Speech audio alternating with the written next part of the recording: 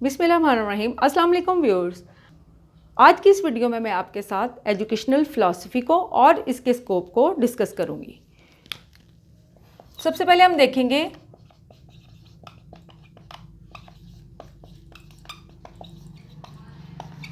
कि फ़िलासफ़ी किसे कहते हैं। फ़िलासफ़ी जो है वो दो ग्रीक वर्ड्स से मिलकर बना है,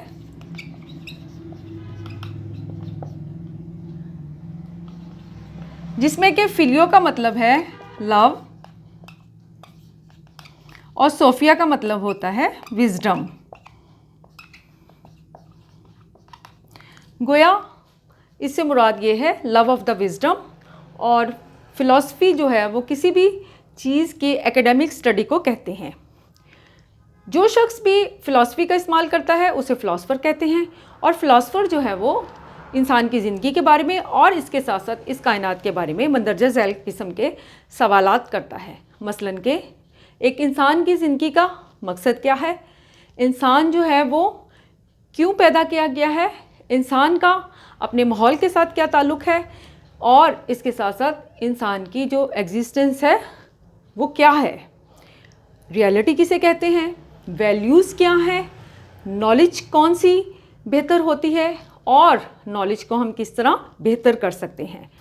इसके साथ साथ इंसान की ज़िंदगी से जो मुख्तलिफ़ बातें जुड़ी हुई हैं उनके बारे में जब एक फ़िलासफ़र जो है वो सवालात को ढूंढने की कोशिश करे तो इसका मतलब है कि वो फ़लसफ़े का इस्तेमाल कर रहा है। गोया फ़िलासफ़ी को आर्ट की और इसके साथ साथ साइंस की मदर भी कहा जाता है, यानी कि जितने भी साइंस के सब्जेक्ट्स हों या फिर आर्ट्स के सब्जेक्ट्स हों, उन सब ने जो है वो फ़िलासफ़ी से ही जन्म लिया है। और एक वक्त ऐसा था कि सिर्फ फ़िलासफ़ी ही एक सब्जेक्ट के तौर पर मानी जाती थी, लेकिन उसके बाद फिर जो मुख्तलिफ़ हमारे सब्जेक्ट्स हैं, जिनमें कि साइंटिफिक सब्जेक्ट्स भी हैं और इसके साथ साथ आर्ट के भी सब्जेक्ट्स हैं, उन्होंने अपनी अपनी अलहदा से ब्रांचेस बना ली। लेकिन सबसे पहले जो उनसा एक इल्म था वो फ़िलासफ़ी ही था। अब मैं एजुकेशन के बारे में आपको थोड़ा सा बताऊंगी कि जब हम एजुकेशन की बात करते हैं तो एजुकेशन जो है वो 4 लैटिन वर्ड से मिलकर बना हुआ है,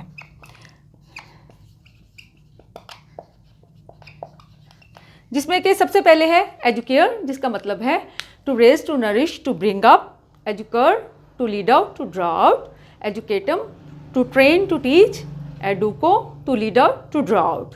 एजुकेशन से मुराद ये होता है कि एक बच्चे के अंदर जो भी उसकी पोशीदा सलाहियतें हैं, जब हम उनको बाहर लेकर आएँ तो इसका मतलब है कि ये एजुकेशन है। इसके साथ साथ अगर किसी भी फ़र्द की या बच्चे की हम किसी ख़ास सिमत में रहनुमाई करें और उसकी नुशनुमा करें तो इसका मतलब है कि ये एजुकेशन है। अगर हम एजुकेशन की बाकायदा तारीफ़ देखें तो जॉन डेवी के मुताबिक एजुकेशन की तारीफ़ ये है कि it is a process of living through continuous reconstruction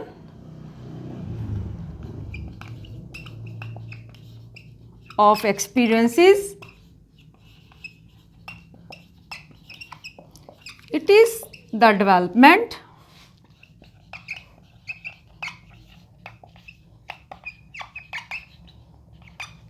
of all those capacities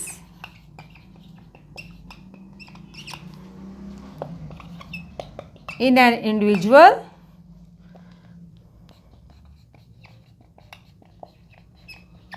which enable him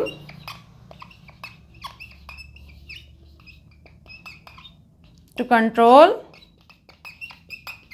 his environment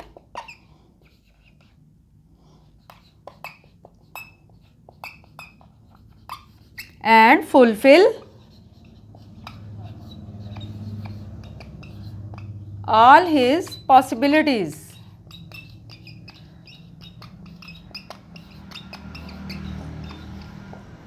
John Dewey के नज़दीक तालीम तजर्बे की मुसलसल तंजीम नौ का नाम है, और तालीम के ज़रिए तजर्बे की जो मायने हैं उसमें इजाफ़ा होता है, और इसके साथ साथ जो तालीम है वो हमारी ज़िंदगी में जो नए तजर्बात पेश आते हैं उनका भी रुख मुतय्यन करने में अहम किरदार अदा करती है। और जॉन डेवी जो है वो मुसलसल तजर्बे करने को ही तालीम कहते हैं। गोया बच्चा जो है जब मुख्तलिफ़ किस्म के तजर्बात करता है और उन तजर्बों के ज़रिए वो ज़िंदगी से मुख्तलिफ़ किस्म के सबक सीखता है और उसके किरदार में जो तब्दीली आती है उसे तालीम कहते हैं।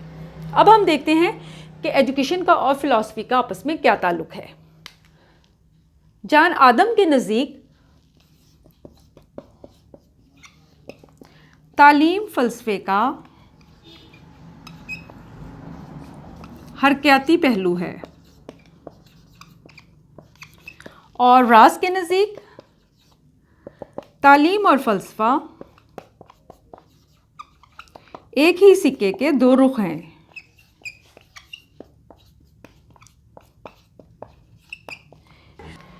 एक नज़रियाती सूरत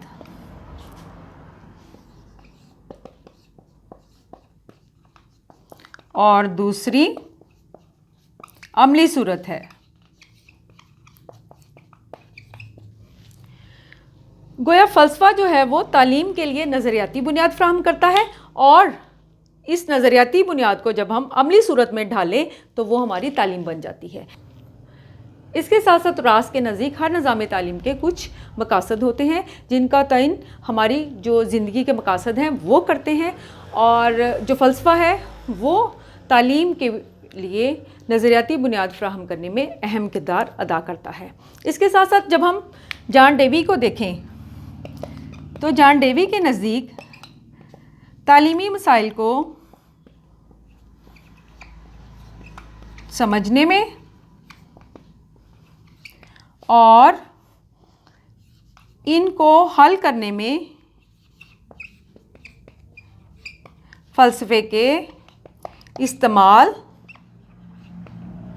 और इसके इतलाक़ को तालीमी फ़लसफ़ा कहते हैं।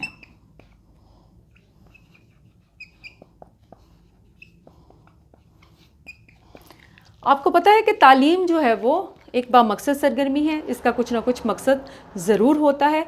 जैसा कि फ़र्ज़ करें हमारे माशरे में अगर हम तालीम को देखें तो हमारे माशरे में तालीम का मकसद ये है कि जो हमारी इस्लामी इक़दार हैं वो बच्चों तक पहुँचे।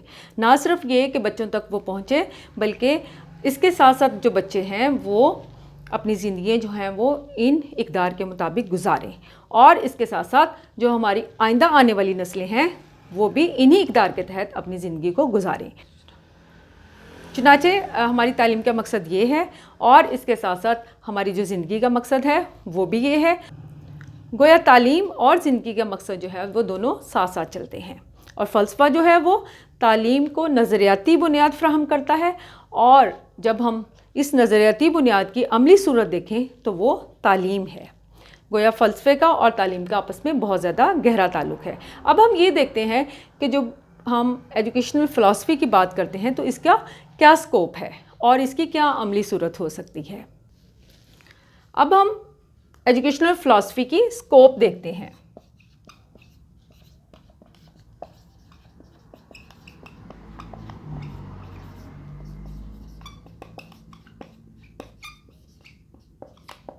सबसे पहले तो हम देखते हैं फ़िलासफ़ी एंड ऑब्जेक्टिव।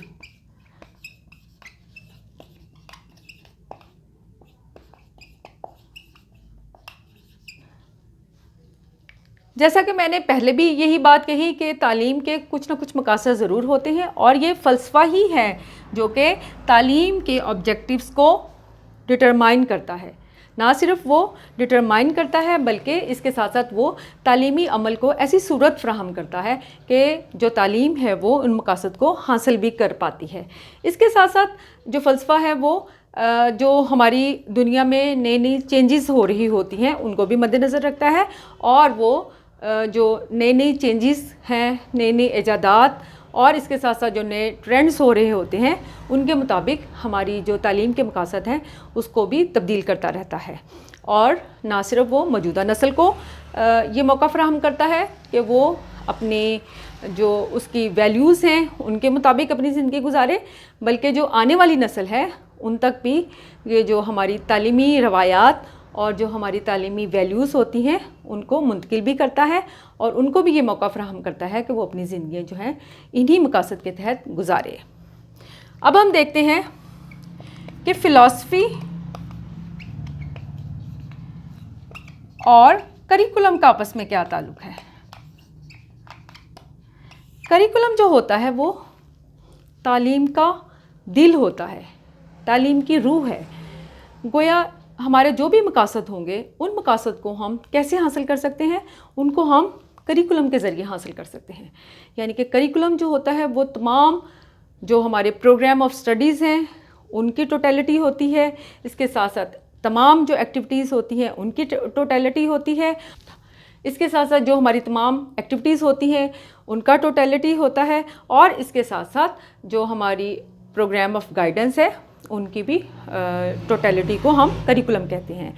कोई करिकुलम जो है वो हमारे पूरे निज़ाम तालीम को आपस में अपने अंदर समोता है। तो करिकुलम और फ़िलासफ़ी का भी बहुत ज़्यादा आपस में गहरा ताल्लुक़ है।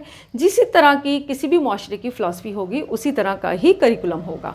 मसलन कि अगर हम तालीम के जो मुख्तलिफ़ फ़लसफ़े हैं उनको अगर मद्देनज़र रखें, जैसा कि नेचुरलिज़म की अगर हम बात करें जो कि एक फ़िलासफ़ी है, तो नेचुरलिज़म जो हैं वो कैसा निसाब चाहते हैं, वो चाहते हैं कि फ़िज़िकल साइंस को करिकुलम में शामिल किया जाए। फ़िज़िकल साइंस हो, फ़िज़िकल एक्सपीरियंसेस जो हैं उनको करिकुलम में शामिल किया जाए। अगर हम आइडियलिज़म की बात करें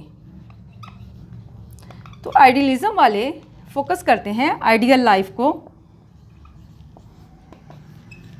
इसके साथ साथ अगर हम प्रैग्मेटिज़म की बात करें तो प्रैग्मेटिज़म के नज़दीक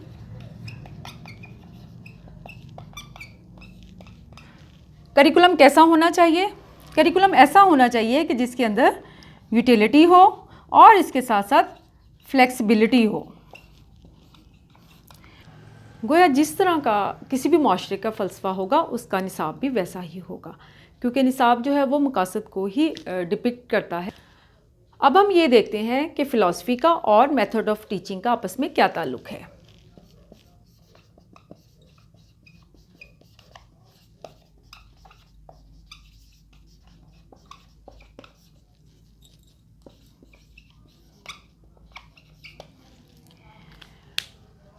मेथड ऑफ टीचिंग, मेथड एक स्टाइल है कि हम बच्चों तक किस तरह अपने लेसन को पहुंचाएं। It is a style of providing lesson to the students. जिस तरह का किसी भी माशरे का फ़िलासफ़ी होगा वैसे ही उसका मेथड ऑफ टीचिंग भी होगा। मसलन कि जब हम आइडियलिज़म की बात करें तो जो आइडियलिज़म वाले हैं वो फोकस करते हैं कि लेक्चर मेथड होना चाहिए और क्वेश्चन आंसर होना चाहिए, और इसके साथ साथ डायलैक्टिक मेथड को वो पसंद करते हैं। अगर हम प्रैग्मेटिज़म की बात करें तो वो प्रॉब्लम सॉल्विंग मेथड को पसंद करते हैं, और इसके साथ साथ जो हमारा प्रोजेक्ट मेथड है वो चाहते हैं कि हम इन्हीं दोनों मेथड ऑफ टीचिंग को अख्तियार करें और बच्चों तक जो हमारा करिकुलम है उसको पहुंचाएं। इसके साथ साथ अगर हम नेचुरलिज़म की बात करें तो नेचुरलिज़म वाले जो उनसे हैं वो प्लेवे मेथड, इसके साथ साथ डाल्टन प्लान जो है हमारा उसको पसंद करते हैं, डाल्टन प्लान को, और इसके साथ साथ वो लर्निंग बाय डूइंग को पसंद करते हैं। गोया फ़िलासफ़ी का और मेथड ऑफ टीचिंग का भी आपस में बहुत ही गहरा ताल्लुक़ है। इसके साथ साथ अगर हम देखें कि फ़िलासफ़ी का और टीचर का आपस में क्या ताल्लुक़ है,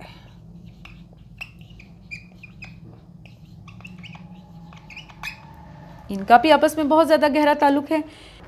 जैसा भी किसी भी माशरे की फ़िलासफ़ी होगी वैसा ही वहाँ का टीचर होगा। मसलन के जो आइडियलिज़म वाले हैं वो टीचर को बहुत ज़्यादा अहमियत देते हैं,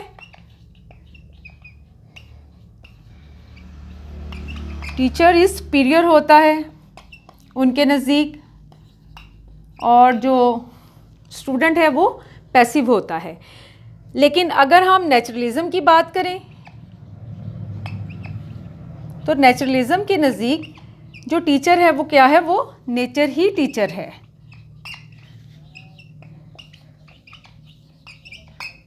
और अगर हम प्रैग्मेटिज्म की बात करें तो उनके नज़दीक जो टीचर है वो एक गाइड है और एक फ्रेंड है बच्चे का। कोई जिस तरह की फ़िलॉसफी होगी वैसे ही टीचर का भी रोल होगा। अब हम फ़िलॉसफी का और डिसिप्लिन का आपस में जो ताल्लुक़ है उसको देखेंगे।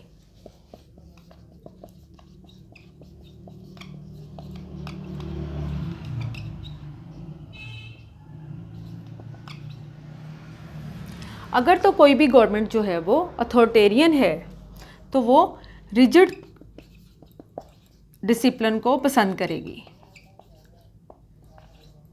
और अगर कोई गवर्नमेंट जो है वो डेमोक्रेटिक है तो वो लोगों को फ्रीडम देगी। गोया जिस तरह की किसी भी मुल्क के अंदर फ़िलॉसफी पाई जाती है वैसा ही उनके स्कूलों का जो डिसिप्लिन है वो होगा। लिहाजा जो फ़िलॉसफी है और जो डिसिप्लिन है उसका आपस में गहरा ताल्लुक़ है। अब हम ये देखते हैं कि फ़िलॉसफी और इवैल्यूएशन का आपस में क्या ताल्लुक़ है।